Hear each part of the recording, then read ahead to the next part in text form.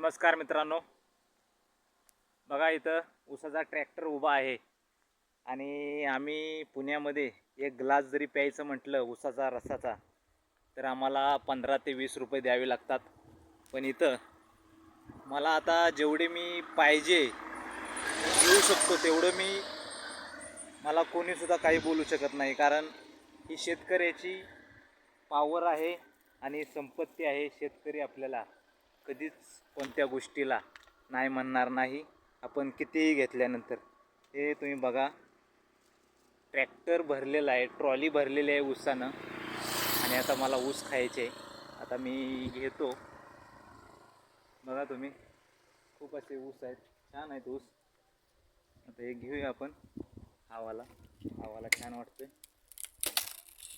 कुठला आहे बघा, खूप असा मऊ आहे ऊस.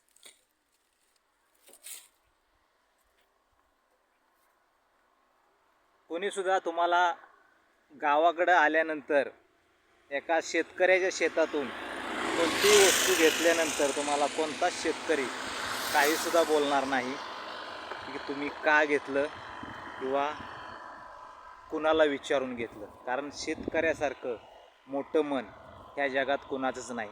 तुम्ही शहरामध्ये 1 लाख 2 लाख रुपये जे कमवतात लोक, ते सुद्धा तुम्हाला 10 रुपये उसने देणार नाहीत किंवा कोणतीच गोष्ट देणार नाहीत. पण शेतकऱ्याचं एवढं मोठं मन असतं, तो तुम्हाला ओळखत जरी नसला आणि एखादी गोष्ट आपण मागितली तरी तो शेतकरी न काय बोलता मोठ्या मनानं देऊन टाकतो. ह्यालाच म्हणतात शेतकऱ्यासारखं मन कोणाचंच नाही. तर तुम्हाला काय वाटते नक्की कमेंट करून सांगा. आता मी जातो आणि ऊस खातो.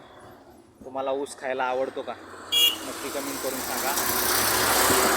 खूप अशी वाहनं चालू आहे तिकडं मोठी मोठी, त्यामुळं गाडी साईडला लावलेली आहे आणि वातावरण खूप छान आहे. 12-12:30 वाजले तरीसुद्धा थंडी आहे आणि फ्रेश वातावरण आहे, खूप छान वाटते.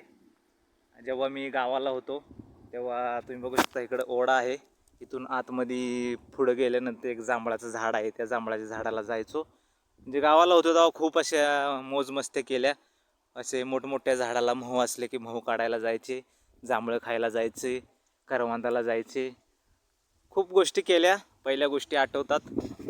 पण आता होत नाही ते बाहेर असल्यामुळे. तर चला तर मग, धन्यवाद. व्हिडिओ आवडला तर नक्की लाईक करा, शेअर करा आणि सबस्क्राईब आणि फॉलो करायला विसरू नका. धन्यवाद.